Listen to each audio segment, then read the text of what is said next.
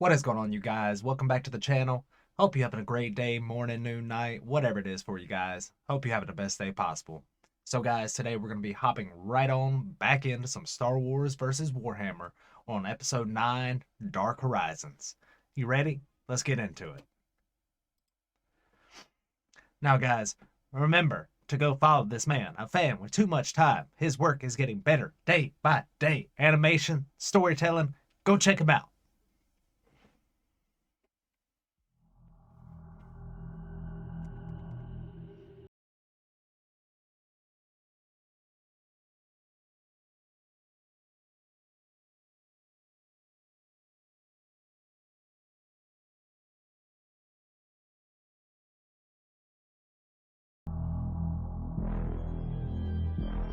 One whose path has taken a new turn is often initially disoriented.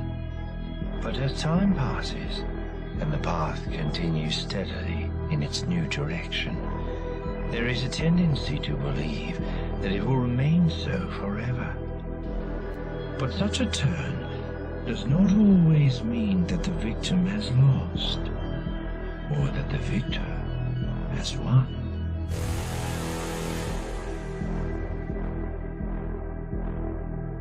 All warriors understand the need to face and defeat the enemy.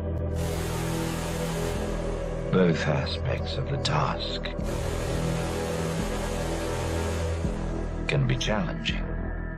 Both can require thought, insight, and planning.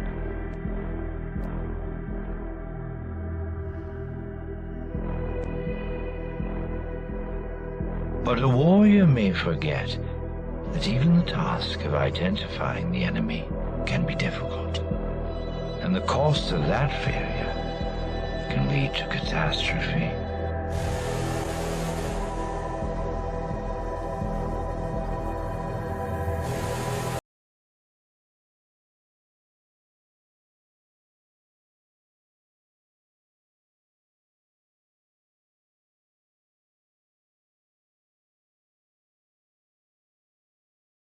Those areas can cost unnecessary time and irreplaceable lives.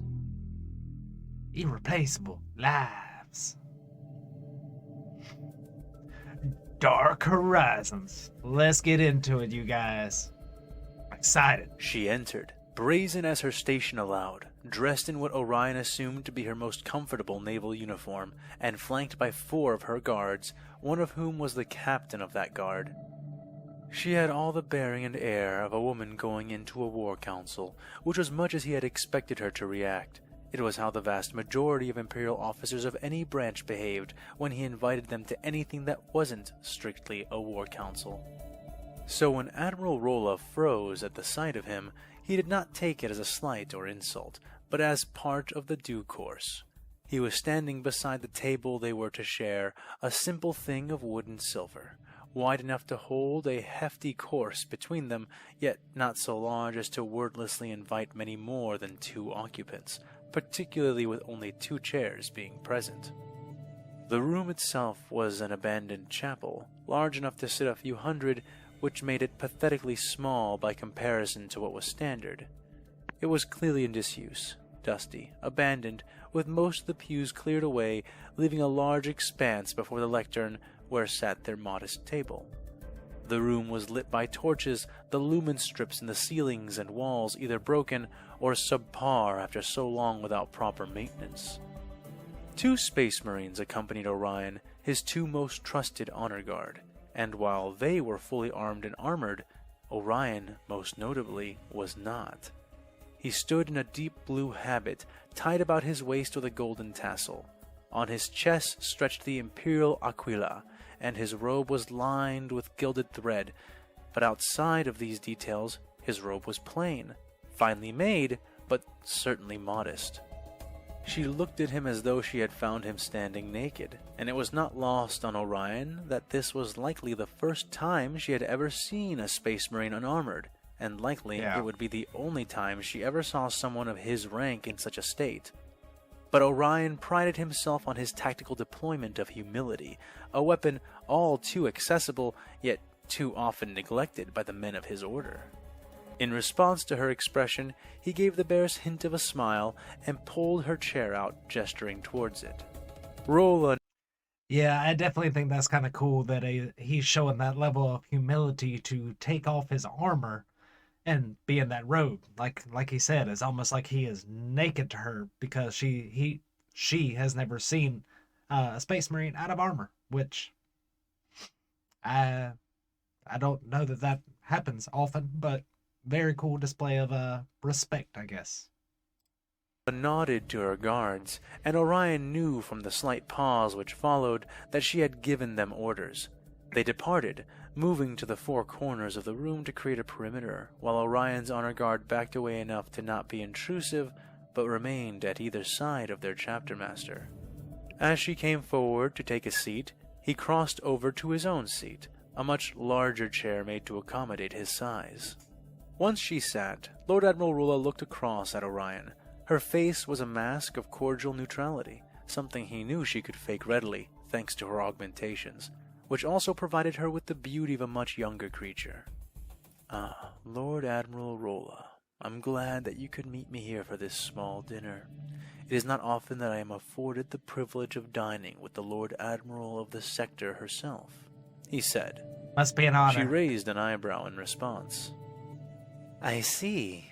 I'm sure it will not surprise you to know that I have never had the privilege of dining alongside an Astartes, much less one of such a profound rank and seniority. I do not expect that such an event comes lightly or without cause." Orion nodded. "Indeed, there is a great cause to our meeting here," Orion admitted. "But I am sincere when I say it is a privilege. I worked closely with your predecessor for a time, before the Battle of Uxinil's Heart. He and I would often meet like this during the retaliation wars." This was a lie. Orion had worked closely with the previous Lord Admiral, and they had dined in this very place. Twice. But only once on purpose, and only once like they were doing now. Still, he could see it taking the truth just that much farther, could see the very slight, nearly imperceptible changes in her movements as she lifted the menu resting before her. "I can imagine how that might be the case. Lord Admiral Bosun was reputed to have been an incredible man," she said as her eyes drifted across the lettering. "And I have every reason, after reading about your account on Kentalis, to believe that you will be just as capable," Orion said, lifting his own menu as well.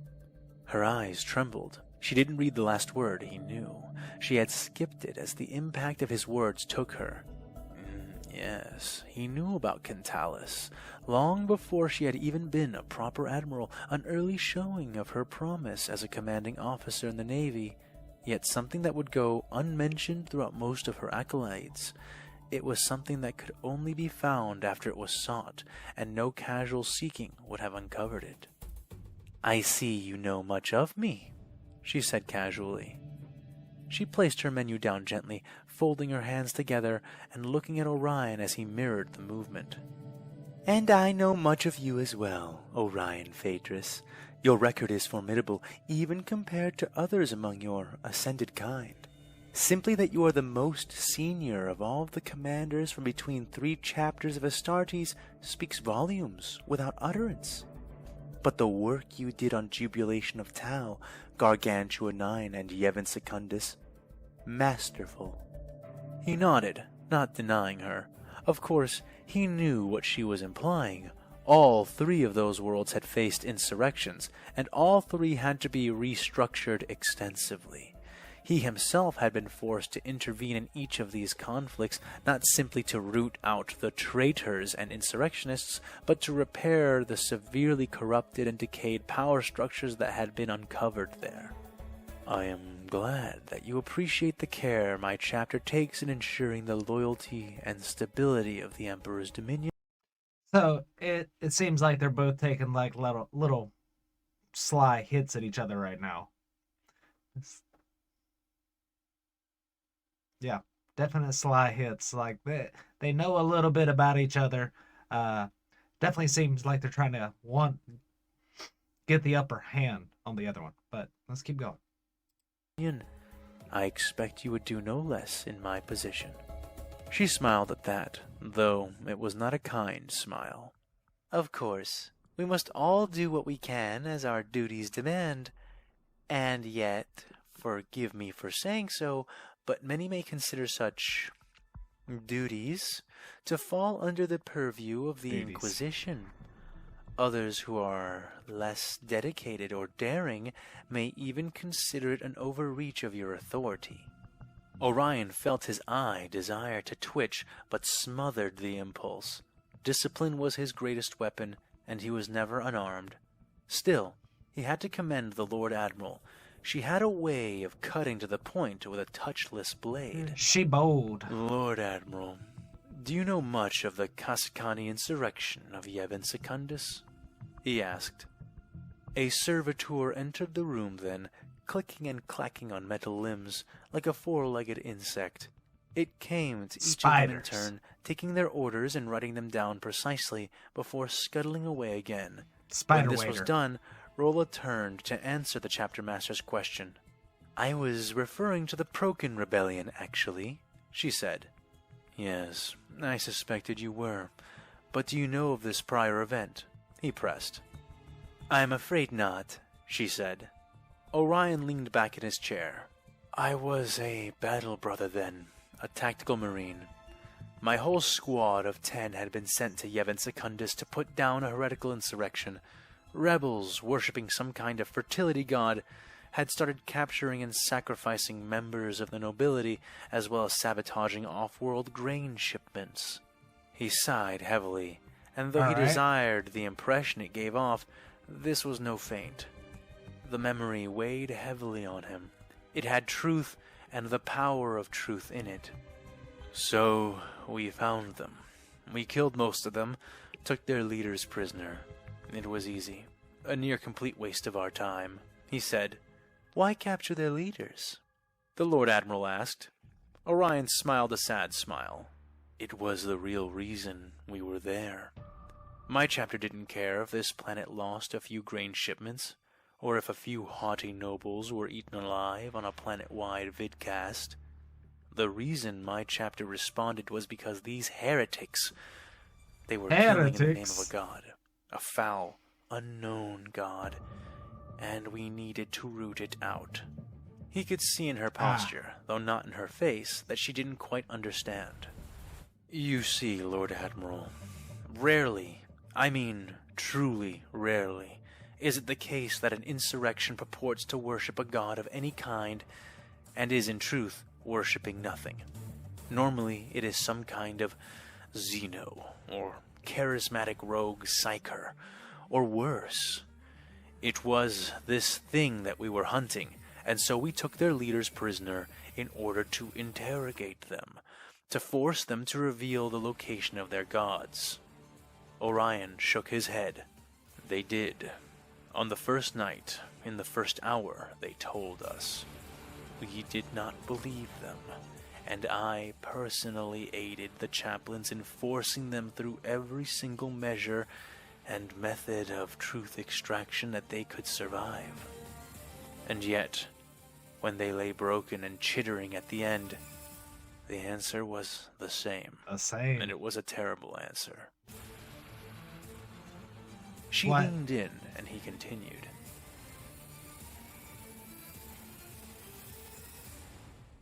There was no god. They made it up, he said simply. The Lord Admiral blinked. Well, that hardly seems so terrible, she said.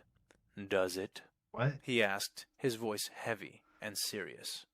Think about it, Lord Admiral. Orion continued. Normally, it takes some kind of alien parasite, or psychic tyrant, or spiritual corruption to taint mankind against the Emperor, to make them renounce his laws, and his will, and their own faith in him, to side with something else.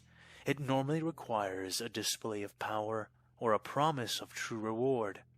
But when we finished our interrogations, we were left with a mundane but horrendous reality. These men had been hungry and angry.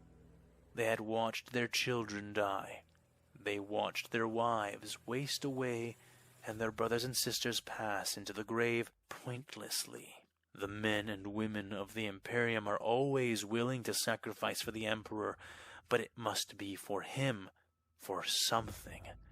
But the High King of Yevon Secundus starved and ruined his people day by day, year by year, Wow. out of sheer negligence and incompetence. So great was the menace of his own administration that he was the source of this profane god. He compelled it into existence, for it was only through the use of this made-up entity that the rebels could fight him. And they fought him rightly. The words were like balls of hard ice being thrown directly into the Admiral's face. How can you say that? Serving the planetary governor is serving the... Yevon Secundus produced nothing, Orion interjected. What it shipped out was always dwarfed by the expense of what it shipped in. The world had once been an agri-world until the High King and his line, drunk on delusions of grandeur, attempted to convert the planet into a hive. He had no plan, barely enough resources to attempt the lunacy of his design, and no consideration for his existing infrastructure. He destroyed his planet, destroyed his people, and was content to let his whole world choke. 3 half-built hives and a ruined system of grain farms, all he had to show for it, and everything he was willing to settle for. And because of that, the people of his expiring world served nothing but the indulgence of their High King's utter lack of fitness. Rolus and Durin nodded, her movement sympathetic and genuine. So you left the first time, she concluded. Orion laughed. We shot him, he said. We shot him, and his son, and his 2 daughters. Painless deaths. Better than he deserved. So, what exactly is the point of this story? Rolla asked. Orion leaned in this time. The High Queen remarried. Her new husband became the new High King, and his son their successor. When me and my chapter were forced to return during the Procan Rebellion, everything was somehow worse. We shot him too. This time, the fight was not easy. This time, an entire company, 100 of us, not 10, were needed to bring the world back into order. Yeah. And this time, Those haters. 3 of my brothers, 3, died on that planet. True anger began to resonate into his voice now, and he didn't attempt to restrain it.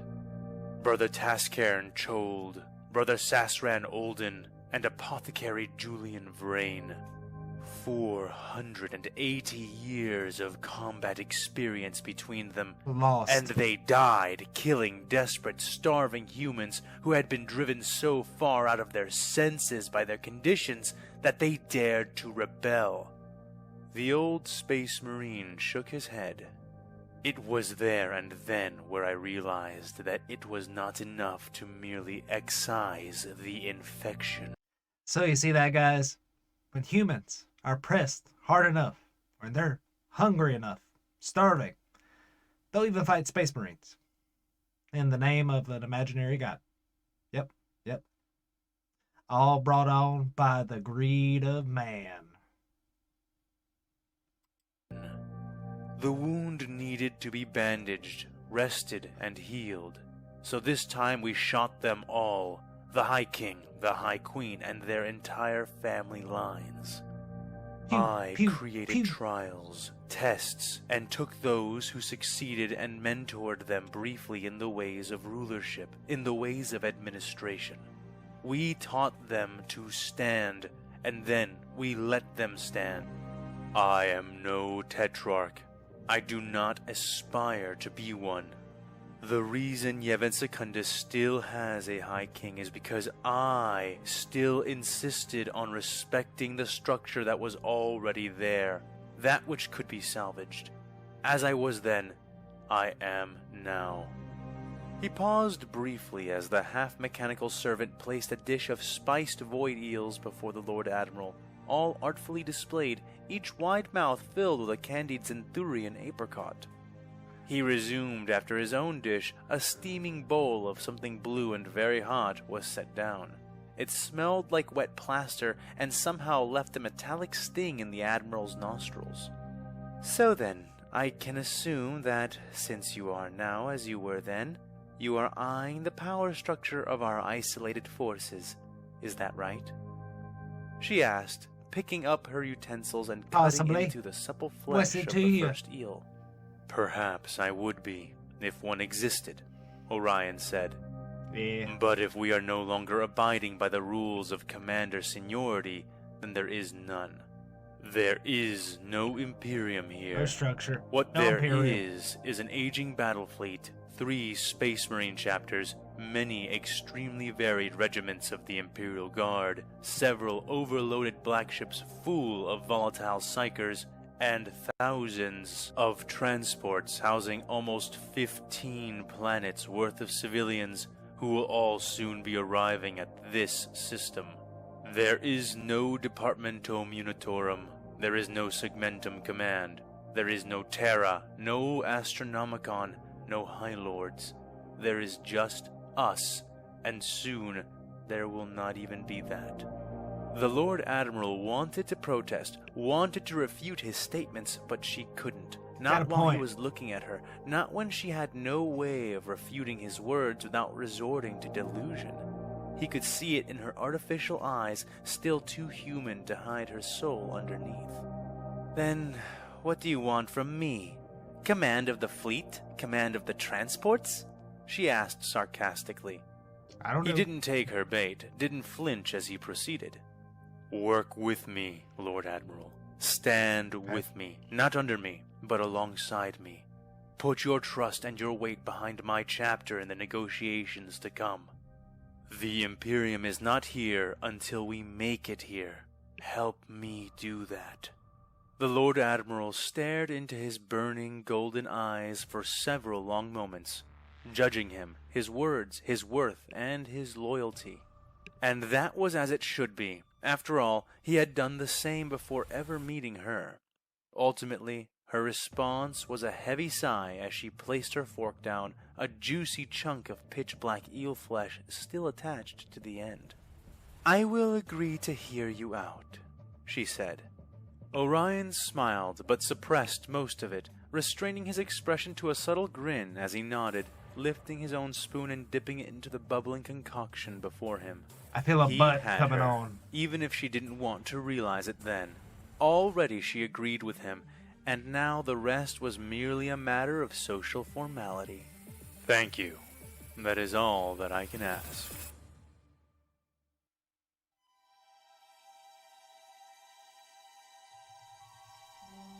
The room was simple, circular, its tiled walls and glossy stone floors a perfect model of Rothanian minimalist architecture and design. The only pieces of furniture present within the room were a large white pentagonal holotable at its center and the plethora of comfortable rotating chairs placed around it. Despite them all being in attendance, most of the chairs were empty. There were not many that Anakin, Obi-Wan, and Mace had judged worthy of being considered as competent advisors. First among those few they had recognized was Anakin himself. He sat beside Captain Rex and Echo, the latter of whom had recently been promoted to full commando and was thereby representing Clone Force 99 at this meeting. Go Echo. Directly across from Anakin and the clones was Dr. Sheena, who sat in a levitating mobile chair, her legs still locked within a cast, though she seemed to be otherwise recovering swiftly. Sitting to her right was a straight-backed Captain Spikes, who wore the uniform of a naval officer, having even gone so far as to remove his helmet from the ensemble. To Dr. Sheena's left sat Bucket, who wore his white trooper armor and helm and slouched like he was facing a court-martial. Yeah. Additionally, sitting to Bucket's left was a newcomer. Admiral Wilhelm Tarkin, who had arrived only hours before, looked down his nose at the rest of the room with his one good eye. The man wore a sling, a still bloody bandage obscuring his left eye, and white medical burn patches dotted his chin and neck. He was now a veteran of the retreat at Axum, which was quickly coming to be known by the galactic community as the Blue Massacre. Presiding over them, as assessors, were Jedi Masters Mace Windu and Obi-Wan Kenobi. It was their duty to determine what effect this emergency meeting of theirs would have. We know that all of you have a lot of experience to bring to this conversation, and a lot of ideas as to what direction would be most productive, so we'll begin there, said Obi-Wan. Each of you will be given some time to state what you think is the most important issue to address, and why. Rest assured, we will address all of these issues, but it will be up to me, Master Obi-Wan, and the Supreme Chancellor to determine in what order these problems are to be addressed. Keeping that in mind, All right. I think we will start with young Skywalker and move around the table clockwise. Mace added. Objections? He asked. None were raised. Good. Then Skywalker, please begin. Anakin stood up from his chair. His face was fierce, but controlled. We lost 27 Jedi, including Master Ki-Adi-Mundi, in the retreat from Axum. Nearly all of them were killed in personal combat with these Astartes, Beings. General. Thank you, Echo. Astartes. Astartes. And I know why. I realized it while fighting the one I encountered over Anaxis. They are fast and strong, much faster and stronger physically than any droid or even Sith that we have been made to face. So naturally, when I began fighting him, I treated him as I would a Sith or Jedi combatant. The moment I did that, I began to lose badly. Because they aren't Force sensitives, Obi-Wan said, the revelation mixing awe into his voice as he spoke. Wait, Mace interjected. Do you mean to tell me these Astartes are managing these feats entirely without the aid of the Force?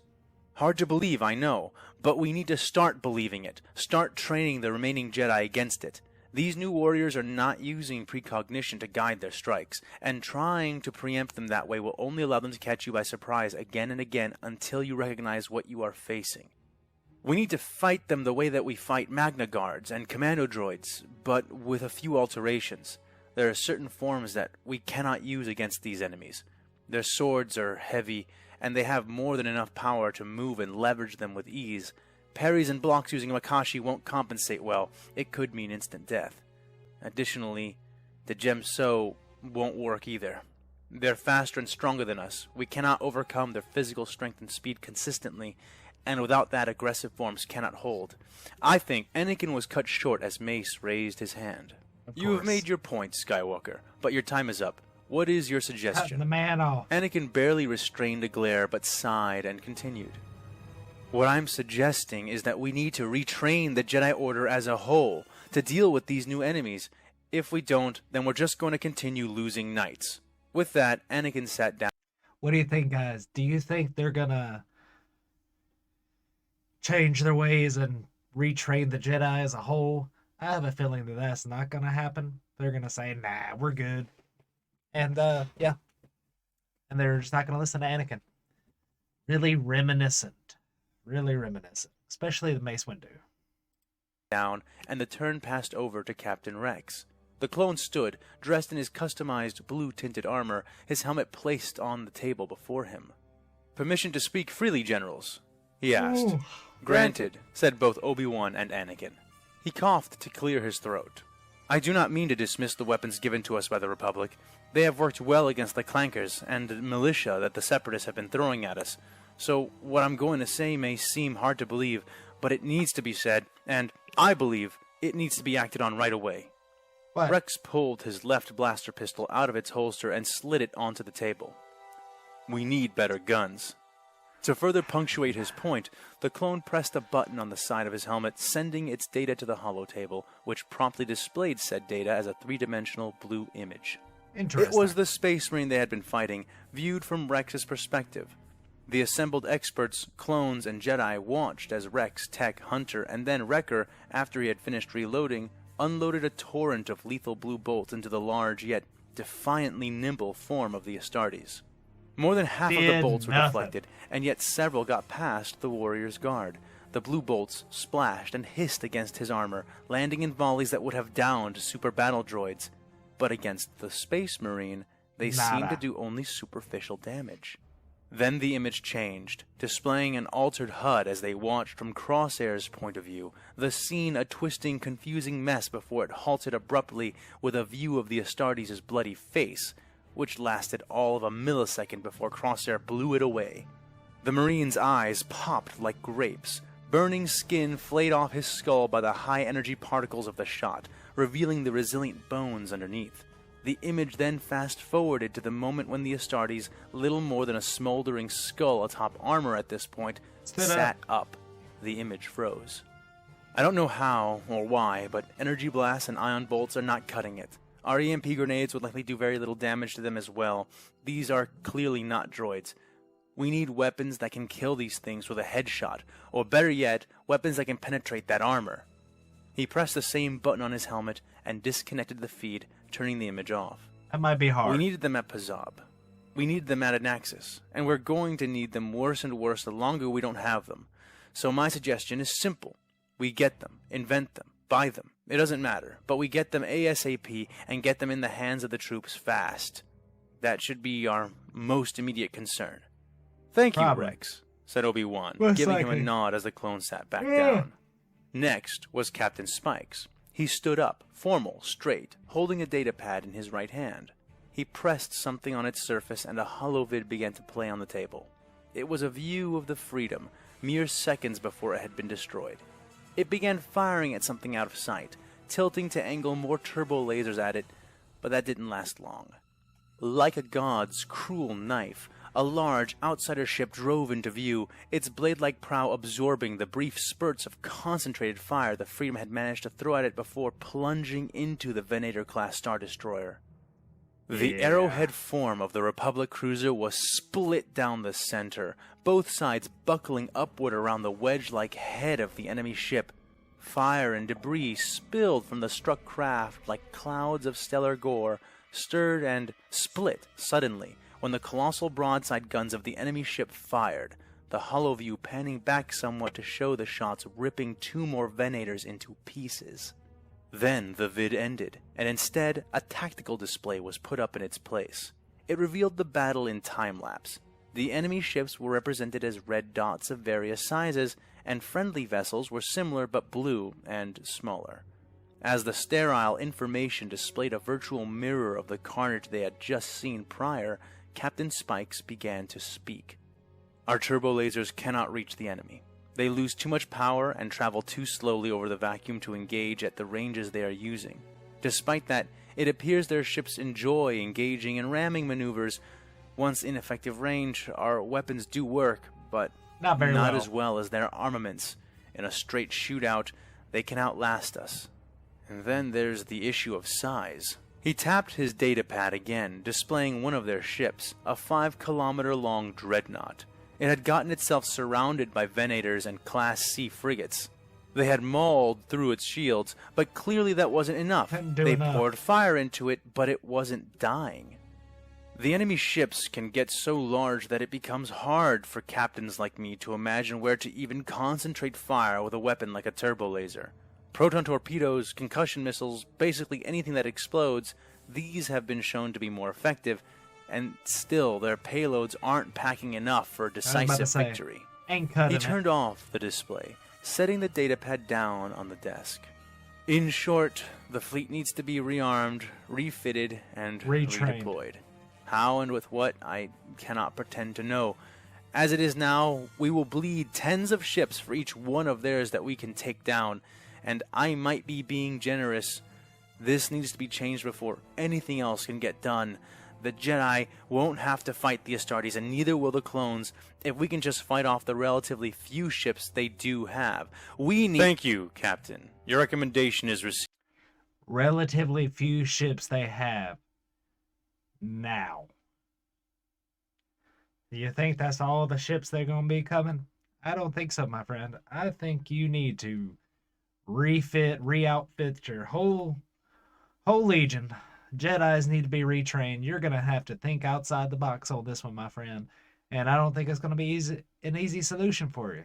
I think it's going to be a tough battle, regardless of what you get, how much training you get, what you do to these ships, what kind of weapons you might pick up. It's going to be a hard battle. Received. Mace interjected. Spikes paused, nodded once, and sat down. Dr. Sheena frowned as all eyes moved on to her. Pass, she said, her voice weary. Come on now, I'm sure you've got some kind of suggestion for us, Obi-Wan prompted. She sighed, straightening in her seat. Get the Senate and the Chancellor, all of them, put them on a Mandator 2 dreadnought, and make it the new capital of the Republic," the doctor said. Every eye went wide. "Just like that?" Obi-Wan pressed. She sighed again, more heavily, ample brow creasing. "Look, I'm just being realistic. The amount of advantages we have over the enemy are finite, extremely finite, but also extremely, extreme. From all the data I have, every single thing I have been able to examine, it seems that their form of FTL travel does not abide or become impeded by mass shadows. I do not know if this is because they can somehow go through them without colliding with them, or because they can maneuver around them while remaining in hyperspace. The point is, they could go from anywhere to anywhere. Maybe this isn't true. Maybe there are other things which divert and impede them that I simply do not know about yet. But if it is true," she said, trailing off, "then we won't be able to keep them out of the core. Or off of Coruscant by holding hyperspace lanes," Anakin concluded. Dr. Sheena snapped her fingers. "Exactly. Give the angry one a prize." Any moment now they could be departing from the Axum system straight to Coruscant, and we wouldn't be able to stop them, but we would still be able to beat them there. "What do you mean?" Mace asked. "They are slow," Dr. Sheena said. "Their FTL technology is much, much slower than even what a cheap commercial hyperdrive can provide. They're unstoppable, but not inescapable. We cannot save Coruscant, but we can save the Republic." "By effectively abandoning our traditional seat of power and going into exile," Mace said, his tone suggesting that he was not a fan of the prospect. He don't like that idea. Dr. Sheena shrugged. "I've made my suggestion." Windu nodded and all eyes slid from the doctor to her companion, the clone trooper Bucket. I think I'll pass. I'm not really here because I'm a good advice," he started to say.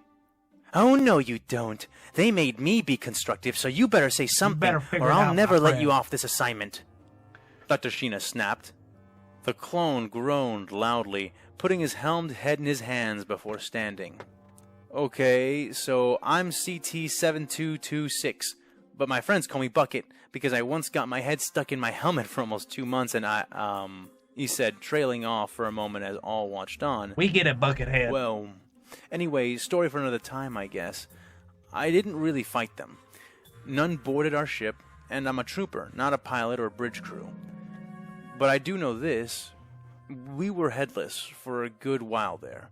Some commanders, like Captain Spikes, took control right away, but a lot of us were sort of left floundering. I don't know if that helps, but I feel like we would have done way more damage if any of us had known what we were doing." "Exactly," said Tarkin, standing up and speaking for the first time. Bucket gratefully sat back down as Tarkin continued. "We've all seen the reports. We've all seen how first contact with these hostile outsiders was carried out, and that is to say, abysmally. And while I mean no disrespect to those assembled here, I feel compelled to go further." Tarkin turned to face Anakin then. "You did perhaps the best in this example. You and your team managed to shut down the droid army, recovering intelligence along the way, and managed to self-extract despite unforeseen complications. But you did not retrieve the enemy's body, nor his weapon for examination. You did not take him captive when he was all but disabled." Anakin frowned, but Tarkin did not entertain his glare, moving now to look at Mace Windu and Obi-Wan. "And you two were in charge of the forces defending Anaxis. You chose to retreat in place of contending the ground. Retreat from Anaxis, the site of the most prestigious war college in the Republic, as well as the site of the Azerite shipyards, which were being used to resupply and construct our reserve fleets. All of this despite the enemy not even physically being there to contest the area." "These outsiders had control of a planet-cracking bomb," Obi-Wan protested. "What would you have done? Remained and risked losing the war for the Republic?" Tarkin shook his head and sighed. "It did not even occur to you, because of where your minds are, or rather, where they aren't. The tactical thing to do would have been to retreat 85% of ground forces to high orbit. The 15% who remained would be tasked with holding the production facilities. The The enemy would not have destroyed all of Anaxis and its production resources to defeat that number. They would have gone down and engaged our forces on the ground. Once the enemy committed forces, then you could safely and gradually commit more of our forces to hold our territory. The enemy would not detonate their weapon while their own soldiers are present on the planet, and that would buy us time to neutralize it without losing the Republic's holdings. That's debatable. And what if the enemy commander decided that 15% of our forces was enough to warrant the bomb going off? Obi-Wan asked. The haggard admiral shrugged casually. Then we lose 15% of our forces at Anaxis and deny the enemy what we have lost. Still a better outcome than what we have now. And as if to prove my point, I myself have just come from an utter disaster of a defense that your now deceased colleague, Jedi Master Ki-Adi-Mundi, orchestrated. Pazab, Anaxis, and now Axum. We will continue to lose worlds if we do not finally address, once and for all, the wrath in the room, Tarkin asserted. And what wrath is that precisely? You Mace Jedi. Windu asked. That the Jedi Knights and the Jedi Order as a whole are not suited to the task of leading this war. You are not trained for it, you are not ideologically predisposed to it, and despite the experience you have all gained in these past 4 years, you are not mentally prepared for the realities of command. Mace Windu waved his hand dismissively. Kinda got a point. These sound like concerns you should address to the Supreme Chancellor, he said. As you well know, I have, multiple times. The Supreme Chancellor seems to be quite convinced of your competence, despite the evidence. So, as much as I would prefer this be handled by the Chancellor's better judgment, I am forced to rely on your judgment instead. Obi-Wan leaned in, fingers folding. So just what are you proposing, Admiral? Tarkin looked around for a moment, imperious, straight as a blade, and just as humorless. I am recommending that the Jedi Order as a whole step down, abdicate command of the Republic's armies voluntarily, and allow true military leaders to take control of this war effort. Return to your temples, or enlist to serve properly, but recognize that you are not fit to confront this new enemy, not as you are now. He paused, retrieving a datapad of his own from the surface of the table. No one spoke, and so he pressed on. It does not need to happen all at once, though it could. Our current military structure allows for that kind of rapid reorganization of officers. Slow or fast, gradual or immediate, I have compiled a list of suitably trained and experienced leaders from within the Republic's member worlds. They are loyal, tactical, and most importantly, ruthlessly pragmatic. I have matched them purposefully to each command posting that is currently held by a Jedi commander. As he spoke, the holotable displayed his list in 2 columns. In the right one, names, birth dates, achievements, and current ranks. In the left, faces to match each profile, showing a myriad of species, organizations, and ages. We already know we're going to need to make sweeping changes to contend with this newest threat. If those changes do not begin at the top, then we have little hope of correcting this course before it leads to our eventual defeat and the collapse of all order in the galaxy, Tarkin said. When he finished, he sat back down, not waiting to be acknowledged or dismissed by the Jedi. A silence began then that lasted for many uncomfortable seconds before it was broken by an even more uncomfortable statement. You're all wrong. Echo stood then and began to speak. What With you all gotta due say? respect, none of this is what we should be focusing on now, he asserted. Training the Jedi to fight the Astartes, rearming the troops, rearming the fleets, all of that will take time. Too much time. Even if we had all the weapons ready, the refits waiting to be applied, a perfect new lightsaber form to counteract the way they fight, even then it would all still take weeks or months to deploy it. Echo shook his head sadly. Got a point. And we just don't have time. Replacing the Jedi won't make that any different, and the last thing we need right now is to scramble our command structure. Reordering while trying to fight off being eaten alive just doesn't make a lot of sense to me. The only suggestion I can really say that I agree with is the doctor's suggestion. At least hers can be implemented right now. But what are you yourself suggesting? Mace asked. Echo paused to think. I think we need help. We need to contact the Separatists. We need to work something out. A ceasefire or temporary alliance. Something that will at least stop us from fighting a war on two fronts. But the best case would be if we could combine our forces against them. If it were possible for Echo to have said anything more shocking than what Tarkin had already Blasphemy. suggested, he seemed to have just given voice to it. Echo, that's... Anakin started. Look, I know what I look like. I'm basically standing here, half-droid myself, Echo shouted. I know that some of you wonder if you can trust me because of all this, he said, gesturing at himself. But please, believe me when I tell you this. I hate droids. I hate being part droid. I've been fighting clankers my entire life, and them stringing me up like a puppet hasn't lessened any of those feelings. But I feel something even more strongly now. Echo reached forward to the base of the holotable's projector, plugging his augmented arm into the interface. I'm afraid, he said, as some of the images he had been forced to see were fed into the display. Scenes depicting otherworldly monsters began to slide by, one after another. It's the Nids, Some you were guys. among a swarm of The their kin, Tyranids. blood-stained talons and claws forming a veritable bestial ocean before their eyes. Others were singular, standing atop hideous altars, And the viscera and Necra. corpses draping them like raiments of rulership. 12 images total.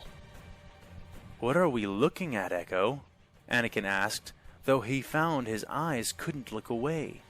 This was part of the information I was able to slip out of Brother Taslian when Tech was breaking me out of the Separatist computers. As far as I can tell, they are image captures from his helmet. They were technically deleted, but the data hadn't been overwritten yet. I've sorted through it and cleaned them up a bit, but what you're seeing, it's what they see. It's what they fight. Echo shook his head, the movement unnervingly despondent. I also got other things. Communication snips, some random statistics on some of the equipment that this man had equipped before. Generals, I'm afraid because none of the data I can understand tells me anything good. And because, while I was grabbing anything I could from the less protected parts of his system, he was doing the same thing to me, but better, more directly. He knows where Coruscant is. He knows what the Republic is. He knows that we are at war. He knows that we are led by the Jedi, that they can use the Force. Yes, Echo, that was in your report, Mace said sternly. Echo nodded stiffly but straightened, not sitting down. Then, respectfully, General, you need to realize that the second their fleet... At that moment, Echo was interrupted again, but not by Mace Windu. The door into the smooth room suddenly swung open, a disheveled Rothonian man entering. Generals!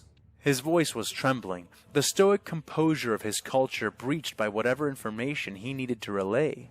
The outsider fleet has just arrived in the Arcanus sector. Everyone jolted at that. How is that possible? go. I wasn't even aware the outsiders had left the Axum system, Rex said. It's not that fleet, sir. It's the There's more. first fleet. The second fleet... That cannot be possible either. What system? Dr. Sheena almost yelled. The aide stuttered for a moment before managing an answer. It's not an important system. Only a single inhabited planet. Extremely low population index. The tattoo system, I think it was called. But it's sitting at the crossroads of the Trialist trade route and the old Corellian-run hyperspace route. We fear this might signal the beginning of a substantial new blockading effort. Dr. Sheena shook her head, eyes wide in abject denial. They left 4 days ago. There's no way they could have reached this far into the Arcanus sector this quickly. The Rothanian didn't seem to know what to say to her. See, this is what I'm talking about, Echo said, leaning one hand against the table as he gestured with his interface tool towards the aide. We think we know things, but we don't. We're drawing lines, trying to pretend that what we think we know amounts to anything. Maybe hyperdrives are faster, maybe only sometimes. That's why we can't pull punches right now. We need to stop fighting the Separatists. We need to pull everything we have together and then some. The moment their fleet leaves the Axum system, they are going straight to Coruscant. And if they do, we don't know how much time we will actually have. You're gonna be done for. Sirs? The aide interjected again, his pale skin now much, much paler. I was Sirs? also told to inform you that the Second Fleet has just departed the Axum system. They left the small reserve force around Axum and Anaxis, but most of the fleet departed the system approximately 8 minutes ago. They did what The now? news was like an ice bath on every ear that heard it. For a brief instant, no more than a tenth of a second, all were too struck to respond. But this was no longer the first year of the Clone Wars. "Prepare a shuttle. We leave in the hour," Mace Go. Windu said. "Yes, Master Jedi," said the aide. "Contact the Chancellor. Make a formal request to recall the fleets back to Coruscant on my behalf," said Admiral Tarkin. "Right away, Admiral," the aide added, coming to the table and withdrawing a datapad from his robe-like garment, beginning to take notes. "Also, try to see if you cannot secure a line of communication with the Separatist Council," said Obi-Wan. This had many eyes darting his way, but he raised a hand to assuage them before any words were spoken. Stop. "Nothing is decided, but we might as well keep our options open," he said. His former Padawan rolled his eyes at that. "Right, we might as well call up Death Watch while we're at it," said Anakin, standing and heading for the door. Obi-Wan shook his head, but did not rise to his bait. Rex donned his helmet, and he, as well as the other clones, began to move without being told, with the exception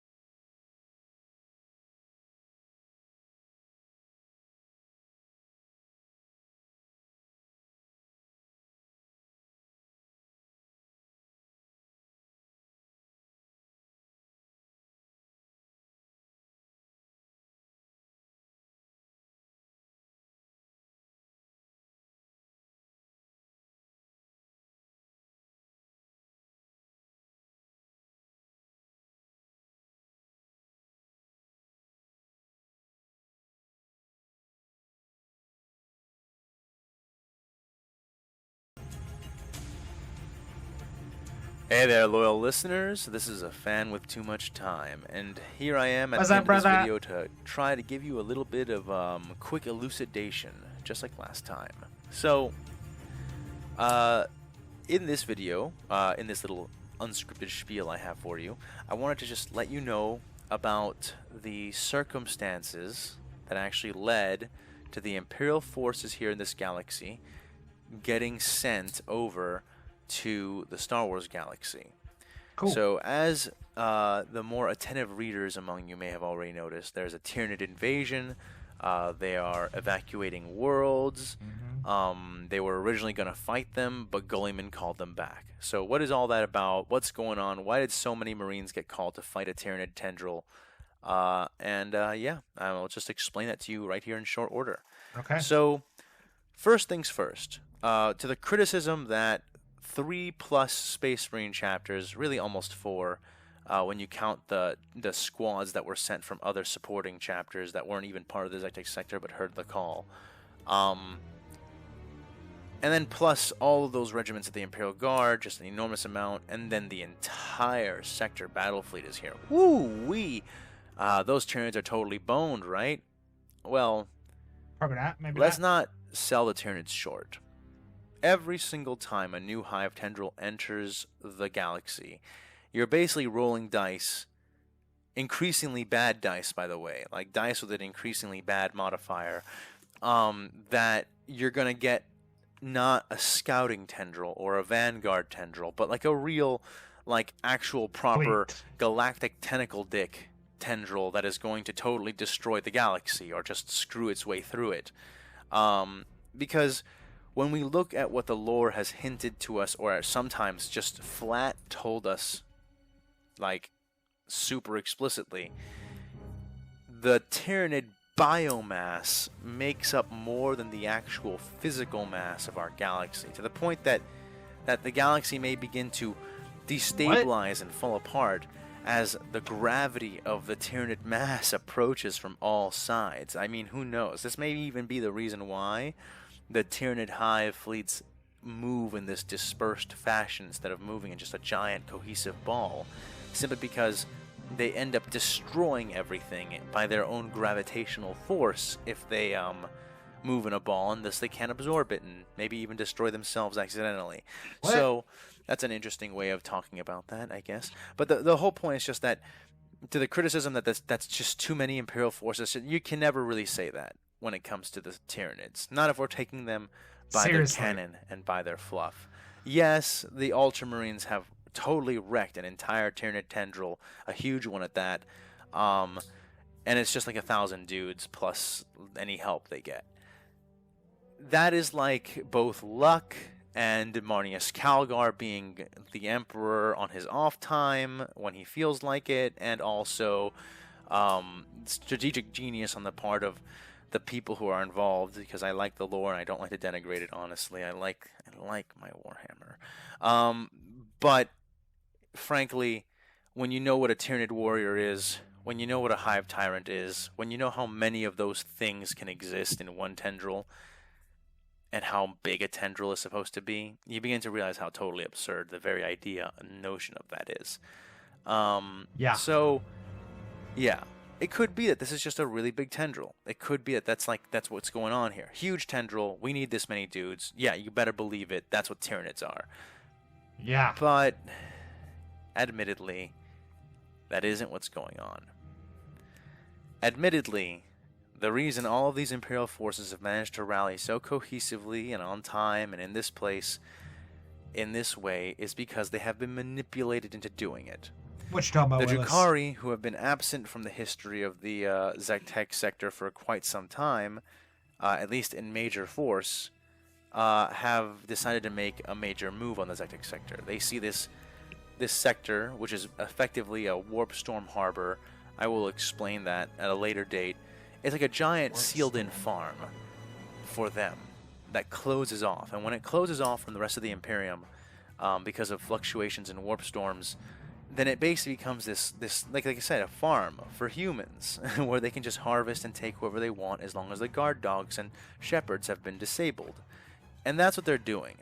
They're getting all of these Imperial forces that are native to the Zektek sector in one place to fight the Tyranids, so they can mash up the Tyranids, mash up the Imperium, use their own traps they've installed into the battlefield to wipe out both forces as much as possible, and then to delight in harvesting at their leisure all of the people and things that they want and can within the entirety of the Zektek sector, not the whole sector battle fleet, and the Space Marine chapters that belong to it have been totally annihilated and eradicated. Dang. So that's kind of what you're actually seeing there. And you might say, okay, so what happened? Why didn't that happen? Well, Robute Guilliman is a genius. He's a Primarch. It's difficult to put into terms how much better at think he is than anybody else. At think. And he looked at this, and he saw how unusual it is for this kind of coordination, how things would have had to be planned out, how this would require a very, very, very precise intellect, one that maybe could even begin to rival that of a Primarch, and he'd see the hand of the Eldar in it. And he would realize that they don't mean anything good by this. This is definitely bad. This is probably Dark Eldar. We all know how much they like slaves and stuff. Just because big titty Eldar girlfriends are now Codex approved does not mean that Dark Eldar aren't still into some obscenely, unspeakably kinky shit. And so he would be like, yeah, well, leave my Marines out of it. I'm recalling everybody back for the Indominus Crusade anyway. Kill two birds with one stone. And as for leaving the Zektek sector at the mercy of these Drukhari or Tyranids, the Zektek sector does not produce anything. It is, and I will go into this when I speak about the Zektek sector itself, but it is most of the time sealed off by warp storms from the rest of the Imperium, and when it is actually in contact with the Imperium, it's very rarely that it can actually yield a proper tithe because of how debilitated the sector is. Again, all of this I will go into when I talk about the sector proper. So, when Gulliman, if you read his books, especially the ones from his perspective and around him, especially the ones about him planning the Indomitus Crusade and recalling forces, the books go out of their way to demonstrate to you how he makes these heartrending, heartbreaking decisions to recall forces back to Terra that are defending worlds that would otherwise have been saved but simply aren't worth the cost of saving them, that he had to make these decisions. The entire Zectic sector is one of these sacrifices. Mankind is on the brink of loss. One sector, especially one as inconsequential as the Zectic sector, cannot take priority no matter how many lives it represents when it's weighed against the entirety of the rest of the Imperium, potentially. No Marine can be spared. No force can simply be allowed to be thrown away. Everything must make an attempt to be recalled. And Gulliman fully knows that many of these forces will be destroyed in their attempt to be recalled, and that's part of the reason why he needs to recall them all. At least all the ones that would fit the bill. So, you know, that's kind of... So what ends up happening is that Robute Gilliman sees that that this is a trap, calls his sons back. They try to come back. The harbor closes, and again, more will be explained later. And they try to get back to their Primarch by going through the thinnest wall of these these warp storms that are enveloping them. And this is how we end up at where we are now. So the reason that we have this enormous Imperial force gathered within the sector is because the Drukhari are preparing for a kill-all scenario. The reason why Robute Gilliman calls them back is because he's able to see it from his perspective, given access to all the records that he has. And the reason why the Space Marines and everybody else try to breach this wall of the Cicatrix Maledictum instead of turn around and fight the Tyranids is because they're laden with all these civilians. They've burned down and destroyed their planets to prevent the Tyranids from being able to eat them, thereby destroying their own fortifications. Space Marines are always better, despite their name, when they can actually fight you like in person, not just through spaceships. So they, especially Tyranids, I mean, boarding a Tyranid ship is terribly, horribly, horrible in every way you can imagine. So they would much rather take their chances with this warp storm and a percentage of them get through than fight with these Tyranids, be locked up in this sector anyway, have to breach the warp storm anyway to get back to Gulliman. And that's kind of how we arrive at where we are. So I hope that with that you can kind of understand a little bit more about the mindset and the position that these guys were in when they came to the Star Wars galaxy. And you'll actually know a lot more once I do get around to speaking about the Zectic sector's history, so that you can know precisely what was going on in this place when all this stuff decided to go down. But that being said, I think that will be enough rambling for today. I hope that you guys enjoyed my little spiel. I hope you guys enjoyed the story much, much more. And as always, I'll see you next time. Peace, my brother. Alrighty, guys. Well, that was episode 9, Dark Horizons. So what did y'all think about that backstory? That the Warhammer universe is just trying to pretty much pull back to escape this Dark Eldari attack that basically has them getting wiped out along with the Tyranids, which sucks for them. But I mean, with the Primarch being able to see that from his point of view, calling them back, and they just broke through the thinnest arm of the warp storm, and that's how they got into the Star Wars universe.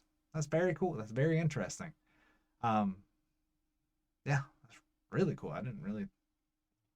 Yeah. So what do y'all think, guys? Do y'all think that? Actually, better question: who around that table do you think was more right? Do you think the Doctor was right? They should pull the Chancellor and the rest of the Senate, the Republic, onto a ship and stay away from Coruscant because they obviously can't defend it. Do you think that who said this? Was it Anakin? Anakin saying they need to just retrain the Jedi Order altogether? I don't know, honestly, guys. I mean, I don't think what Tarkin was saying would be the best idea, just because, I mean, I mean, I don't want to say changing the power structure, but changing your leaders in the midst of battle, just, I mean, the leaders haven't died, so, I mean, it's not like they're just having the second in command take their spot. They're rotating out leaders, and I don't think that's a great idea. But I also don't think that, I mean, I agree with them. I don't think the Jedi are really ready for something of this magnitude. I mean, yes, they're warriors, but they're more like peacekeepers. I wouldn't even really, I mean, I would like to say the word diplomat because they are diplomatic, but they're not really totally diplomats. I mean, they're more peacekeepers than anything. They're trying to create peace throughout the universe, or at least balance the force out. That's not working, but I don't know, guys. I don't know who is right. I think Husk or Bucket, Bucket. Yeah, that's his name. Bucket might have been spot on. They are just SOL. They are not prepared in the slightest for this war that is coming to them, and it's coming fast. So, guys, let me know what you thought down in the comments. Let me know what you think's gonna happen from here on out. Do you think they're gonna fall in line with any of those ideas that were presented, or do you think they're just gonna fly by the seat of their pants and hope for the best? Because I think that might happen. I think I think shit just gonna hit the fan, and they're just gonna have to be reactionary this whole time, especially because the rest of the fleet is coming. So yeah, I think they're gonna be reactionary from here on out. So we'll see. But guys, before you head out that door, if you like what we're doing, go ahead and hit that like and subscribe button. Get us to 2,000. That way we can give away this lightsaber back here. Once we hit 2,000, we're gonna give it away to somebody. Once we get there, or the series finishes, but I think we'll get to 2,000 a lot sooner than that because, like I said, I think there's like 40, maybe 50 episodes now. So yeah, let's get there together, guys. Y'all have a great rest of your night. Peace, love, happiness to you. And as always, guys, be easy. Love you guys. Have a great night.